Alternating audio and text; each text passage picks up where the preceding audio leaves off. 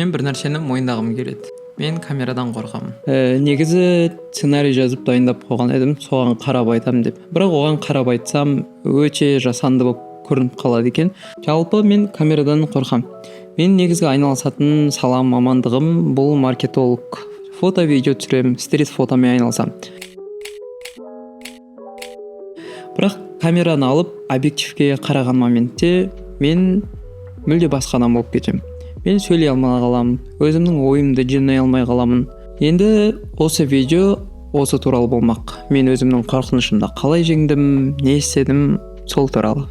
Көйлегім жоқ, іште көйлегімді мүлдем болған жоқ тақым. Желтекті төрт қабырға толы бөлме шөпке. Мен жалпы неге YouTube бастағым келеді, неге влог жүргізгім келеді, сол туралы қысқа айтып өтсем. Мен кішкентай күнімнен түрлі ағылшын YouTube каналдарын қарайтынмын, орысша, әртүрлі блогерларды қарайтынмын. Соларға қарап қызығатынмын, мен де осындай түсіргім келеді деген менің арманым бар болатын. Әсіресе Кейси Нейстаттың аппақ влогтарын қарайтын едім.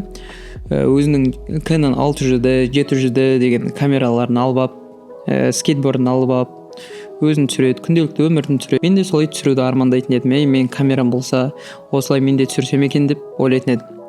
Бірақ өкінішке орай, мен алғашқы камерамды алғаннан кейін менде көптеген проблемалар бола бастады. Біріншіден бұл камераға қарап не айтуды білмеу, екіншіден камераға қарап ойым шашылып кетіп қорқу, үшінші зат барлығын идеальный қылып жасағым келетін. Bir қарасам, мысалы, шашым ұнамай қалады, киімім ұнамай қалады, локация, үйдің іші, адамдар, менің айналысып жүрген істерімнің барлығы мен көретін идеальный Кейсидің влогына ұқсамайтын еді.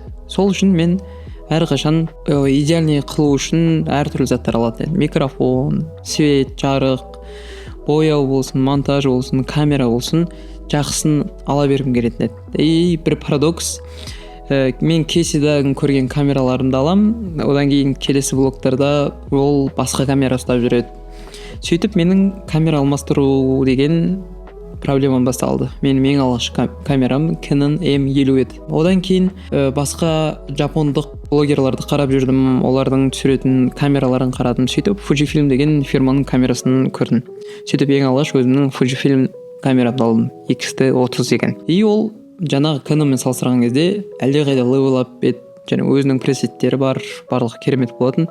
Сонымен болды, осы мықты камера осымен жазып бастаймын, влогым түсіремін деген кезде тағы болмай қалды. Менде петличка жоқ, менде микрофон жоқ, менде оны монтаждайтын мықты ноутбук, мықты компьютер жоқ деп ойладым. Сөйтіп жүрдім, влог түсірмедім, ештеңе түсірмедім. Просто мен стрит фото деген форматқа өтіп кеттім.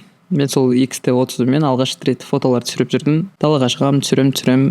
Біреуді түсірген кезде ешқандай проблема ештеңе жоқ. Бірақ өзімді түсіріп, камераны бүйтіп өзіме бұрып қаратсам, тупик тақ болатын едім. Сол сөйтіп X-T30 алдым, мен X-T3 алдым, X-T4 алдым, X-T5 алдым, X-T50, XS10, Sony'ға көштім. Sony ZV-E1 деген full frame камера. Бірақ олардың барлығы қолмен ұстап көргеннен кейін басында алғаш камера алған кезде деп мотивация болып, ішімде бірден оянып, бала сияқты қуанып, болды енді мен түсіремін деген ойлар болатын. Кейін камера ауыстырған сайын менде ішімдегі от өше бастады.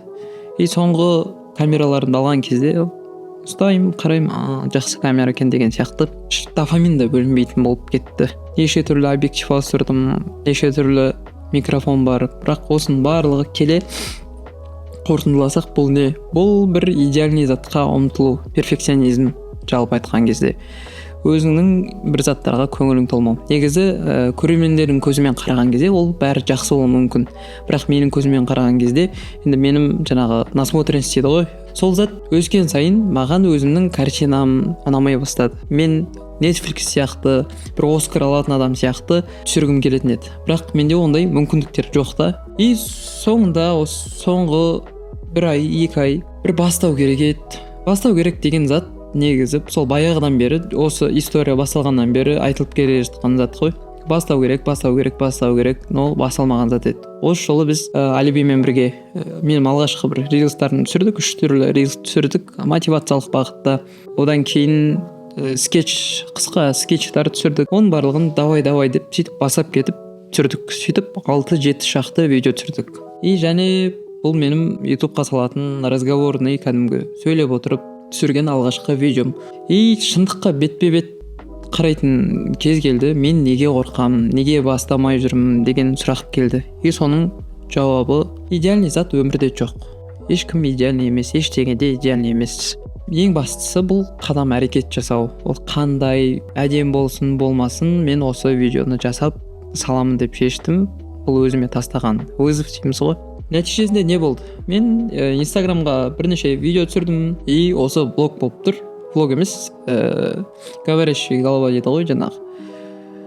Тікелей объективке қарап отырып сөйлесу. Ең басты нәрсе не? Идеальный затқа жүгірмеу, бастау, әрекет ету. Жалпы осы, бұл тек бастамасы ғана. Және бір нәрсені ұмытып кеттік. Өзім таныстырып өтсем, мен Ақсүйек. Бұл менің YouTube каналым, тіркеліп кетіңіздер. Бұл каналда ары қарай не болады? Техникалық обзорлар, культура, арт, технология жайында видеолар шығаратын болам. Және дисциплина, өзімнің өмірімдегі, өзімде болып жатқан проблемаларды шешу бойынша осы каналда бөлісетін боламын. Тіркеліп кетіңіз.